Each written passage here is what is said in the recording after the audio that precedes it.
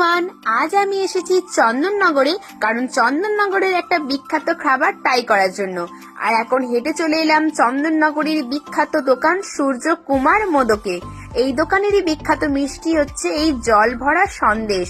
এখানে বিভিন্ন ধরনের জল ভরা সন্দেশ ছিল, তাই প্রথমেই বিখ্যাত মিষ্টি নিয়ে নিলাম জল ভরা সন্দেশ। এটার দাম নিয়েছিল এই 50 টাকা। আর সন্দেশটা মুখে দিলেই একদম মিলিয়ে আসছে, এতটা সফট ছিল। আর ভেতরে পুরো ছিল নলেন গুড় ঠাসা। এই জল ভরা সন্দেশ বাদেও এই দোকানে দেখলাম বিভিন্ন রকমের ভ্যারাইটির মিষ্টি, পিঠে, সমস্ত ধরনের রসের মিষ্টি, সন্দেশ প্রচুর রকমের ছিল।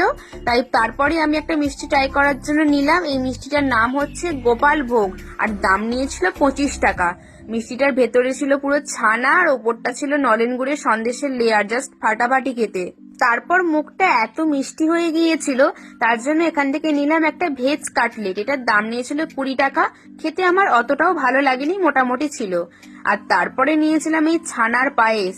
এটা খাওয়া আমার সব থেকে সেরা ছানার পায়েস। দাম নিয়েছিল 60 টাকা, দারুণ ছিল। তারপরে এখান থেকেই নিয়ে নিয়েছিলাম এই শাক সন্দেশটা। আর এটা খেয়ে যেটা বুঝলাম যে এটা পুরোপুরি জল ভরা সন্দেশের মতনই খেতে ছিল। ওপরটা নলেন গুড়ের সন্দেশ আর ভেতরে ছিল নলেন গুড়। আর এটার দাম নিয়েছিল ওই 65 টাকার মতো। তোমরাও পারলে একবার সূর্যকুমার মোদকের বিখ্যাত জল ভরা সন্দেশ ট্রাই করে দেখো। ভিডিওটা ভালো লাগলে লাইক, কমেন্ট, শেয়ার করে দিও। বাই।